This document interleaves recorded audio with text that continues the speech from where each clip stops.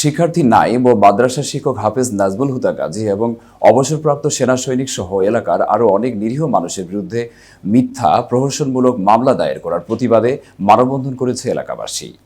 মাসুদ রানার প্রতিবেদনে দেখুন বিস্তারিত।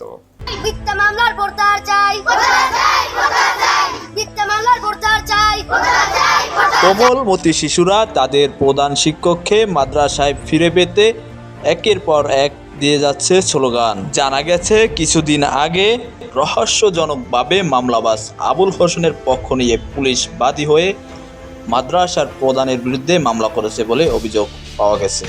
পিরোজপুর জেলার মঠবাড়িয়ায় কলেজ শিক্ষার্থী নাইম গাজী ও ইলমুল কোরআন ইন্টারন্যাশনাল মাদ্রাসার হাফেজ নাজমুল হুদা গাজী এবং অবসরপ্রাপ্ত সৈনিক মান্না গাজী সহ এলাকার অনেক নিরীহ মানুষের বিরুদ্ধে মিথ্যা প্রহসনমূলক মামলা দায়ের ও পুলিশ কর্তৃক অহেতুক হয়রানির প্রতিবাদে মানববন্ধন করা হয়েছে। এবং পুলিশ কেমনে বাদী একজন আলেমের উপরে এভাবে মামলা করে হয়রানি করতেছে, আমরা এটার পূর্ব নিন্দা জানাই এবং আমরা এর শাস্তি কামনা করছি সকলের কাছে। মঙ্গলবার বিকেলে উপজেলার ছোট শৌলা গ্রামে মিরুখালী বগিরাতপুর সড়কে ইলমুল কোরআন ইন্টারন্যাশনাল মাদ্রাসার সামনে এই মানববন্ধন করা হয়। ঘণ্টাব্যাপী এই মানববন্ধনে বিভিন্ন কলেজ ও মাদ্রাসার ছাত্র শিক্ষক সহ এলাকার প্রায় 2 শতাধিক নারী পুরুষ উপস্থিত ছিলেন। মানববন্ধনে বক্তারা বলেন, গত 8 আগস্ট রাতে এলাকার মকবুল আলী হাওলাদারের ছেলে মামলাবাজ দুষ্কৃতিকারী আবুল হোসেন নামে এক ব্যক্তিকে তার বাড়ির সামনে বসে কে বা কাহারা পিটিয়ে আহত করে ফেলে রেখে যায় তা আজও অজানা। এই ঘটনাকে কেন্দ্র করে পূর্ব শত্রুতার রেশ মেটাতে পুলিশের ঊর্ধ্বতন কর্মকর্তা আবুল হোসেনের নিকট আত্মীয় মঠবাড়িয়া থানা পুলিশকে ফোন করায় এসআই খালিদুজ্জামান বাদী হয়ে নিরীহ 10 জনকে আসামি করে মামলা দায়ের করে বলে অভিযোগ করে। প্রতিষ্ঠানের পক্ষ থেকে জানতে চাই কোন কারণে তাকে, কোন তথ্যের ভিত্তিতে, কোন সত্য প্রমাণের ভিত্তিতে তাকে আসামি করা হলো, এটা আমরা জানতে চাই। ইতিপূর্বে আমরা যতটুকু হুজুরকে চিনি, আমি দীর্ঘদিন এখানে আছি, কখনোই তিনি এই ধরনের কোন ঘটনার সাথে তিনি সম্পৃক্ত ছিলেন না। আমি অত্র সমাজের সবাইকে বলতে চাই, এই মিথ্যা মামলা যদি চলমান এবং বহমান থাকে তাহলে এলাকার একটি মানুষও কিন্তু হয়রানি থেকে বাঁচতে পারবে না। আমার দুঃখ লাগে, আমার বড় কষ্ট লাগে, এই 2024-এর বাংলাদেশে, স্বাধীন বাংলাদেশে এসেও আমাদেরকে হয়রানির শিকার হতে হয়, আমাদেরকে মিথ্যা মামলার সম্মুখীন হতে হয়। তাদের কাছে অবিলম্বে নিঃশর্তে হুজুরের মুক্তি চাই। নাজমুল হুদা গাজীকে আমরা ভালোবেসে এসেছি, আমরা আন্তরিক থেকে তাকে ভালোবাসি, শ্রদ্ধা করি, অনেকে সম্মান করি। এই মাদ্রাসার যিনি পরিচালক ইন্টারন্যাশনাল মাদ্রাসার ইলমুল কিতাব নাজমুল হুদা গাজী সাহেব, তিনি আসলে অত্যন্ত ভালো মানুষ। এলাকায় শত মানুষের কাছে জিজ্ঞেস করলো, তাকে এক বাক্যে বলবে না ইনি ভালো মানুষ। কখনো আমরা এসেছি এই মাদ্রাসায় প্রায় অনেক বছর ধরে, কখনো তাকে কোনো মানুষের সাথে ঝগড়া ফাসাদ এগুলোতে আমরা কখনো লিপ্ত দেখিনি। কলেজ ছাত্র নাইম গাজীকে গ্রেপ্তার করে জেল হাজতে প্রেরণ করেন।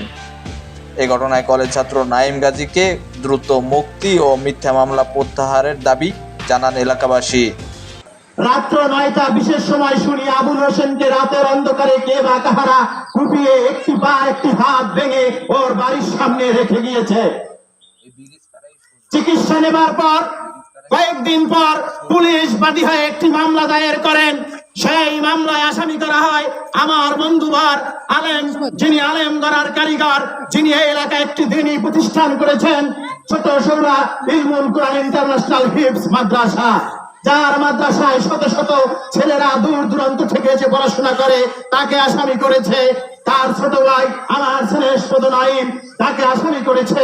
ইতিমধ্যে তাকে পুলিশ প্রশাসন অ্যারেস্ট করে থানায় নিয়ে আবার পিরোজপুরের জেল হাজতে প্রেরণ করেছেন। আমরা এটার তীব্র নিন্দা ও প্রতিবাদ জানাই।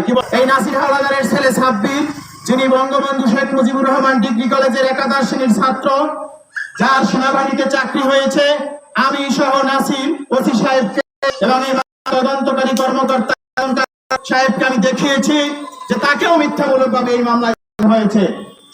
বন্ধুগণ, খুব সহজে আমার কথা শেষ করছি। আবুল হোসেনের একটি পা ভেঙেছে সত্য, কিন্তু কে বা কাহারা রাতের অন্ধকারে ওকে মারেছে আমরা জানি, কেউ জানে না। এটা প্রশাসনের উচিত তাদেরকে খুঁজে বের করা, কিন্তু অনর্থক এই সব এই ভালো মানুষদেরকে, এই আলেমদেরকে হয়রানি করা থেকে বন্ধ করতে হবে। কারা মারছে রাত্রে অন্ধকারে কেউ জানি না আমরা। কিন্তু এই যে মামলার নাজমুল 4 নম্বর হুদা আসামি নাই সাক্ষী। এরা ছাত্র জীবিত এবং আসামি দেওয়া এরা অত্যন্ত ভুল হয়েছে বা পুলিশ বাদী হয়েছে, এসআই বাদী হয়েছে, সেখানে সঠিক তদন্ত না করে একজন পরীক্ষার্থী, একজন ছাত্র, নবম জনের একজন ছাত্র যেমন নারায়ণগঞ্জকে হুট করে তদন্ত কথা বলে তার বাসায়, সে জানতো না যে আসলে তার নামে মামলা হয়েছে। সে খেলাধুলা করে বাসায় ফিরেছে, মায়ের কাছে ফিরেছে, এমনই সময় পুলিশ বাসায় এসে তদন্ত নাম করে তাকে তার গায়ে হাত দিয়ে রাস্তা বন্ধ দেখে কথা বলতে বলতে এনে তাকে মঠবাড়িয়া থানায় নিয়ে তাকে সকালবেলা চালান করে দিয়েছে। আমার প্রশ্ন হচ্ছে এখানে যে সমাজে যদি আমরা বৃক্ষরোপণ করতে যাই, সেই বৃক্ষরোপণকে যদি সেই বৃক্ষের মাথা যদি ভেঙে দেওয়া হয়, সে বৃক্ষ কখনোই উঠবে না, সে বৃক্ষ কখনোই সমাজের জন্য কল্যাণকর হবে না। তেমনি নারায়ণগঞ্জের মতো মেধাবী ছাত্র, যাকে তার উঠতি বয়সে বা এসএসসি পরীক্ষা শেষ করতে পারেনি, এর ভিতরেই তাকে একটা মিথ্যা মামলা দিয়ে তার মাথাকে ঢেকে রাখা হয়েছে। তাকে মিথ্যা একটি মামলা দিয়ে বর্তমানে পিরোজপুর কারাগারে প্রেরণ করা হয়েছে, যেটা সম্পূর্ণ বানোয়াট এবং সম্পূর্ণ মিথ্যে। তারপর সে বাড়িয়েছে নাই দাদা দাদি আমি জমা খাইয়ে গেছে আমার এই ছেলেটারে এই মামলায় জড়িত করছে। আমি কি করবো বলে জড়িত করার পর মিথ্যে মামলা দিয়েছে, আমার স্বামী দিয়েছে, আমার 3 ছেলে দিয়েছে। একজনে একটা গাড়ি চালাই খায়, আর একজনে টিলার চালাই মামলা দিছে দিয়েছে আবুল হোসেন। আর আমার ওই ছেলে একটা মেয়ে, ছেলের একটা মেয়ে হেরা ওই ক্যান্সারের রোগী, হেরে লইয়ে থাহে হে প্রায় থাহে ইতে ঢাকা ওই হাসপাতাল। এখন এই অসুস্থ আমার এই নাতি হে লই যে একটু ডাক্তার দেখাইবে হেগেও যাইতে পারে না, মৃত্যুর সাথে পাঞ্জা লড়ে স্যার এই অবস্থা কেসে দিকে হয়রানি করে দেশে আবুল হোসেন। আমাকে একদম মিথ্যাভাবে এই মামলায় জড়ানো হয়েছে। কারণ 7ই আগস্ট আমাদের এইখানে হামলা হয়েছে, কে হামলা করছে তা আমরা জানি না। আমরা এইগুলো নিয়েই অনেক চিন্তিত, যার কারণে আমার শ্বশুরে নান্নাগাজী তারে এবং আমার হাজব্যান্ড এবং নাইম গেজি আমরা কেউরে বাসা থেকে নামতে দেই নাই। কারণ যে কোনো একটা সমস্যা হইতে পারে, যেহেতু আমাকে বাসায় হামলা করছে 7ই আগস্ট দুপুরের সময়, যার কারণে 2-3 দিন ওরা কেউ ঘর থেকেই নামে নেয়। কিন্তু খালি এই মিথ্যা মামলায় জড়ানো হয়েছে আমার হাজব্যান্ডকে এবং আমার দেবরকে।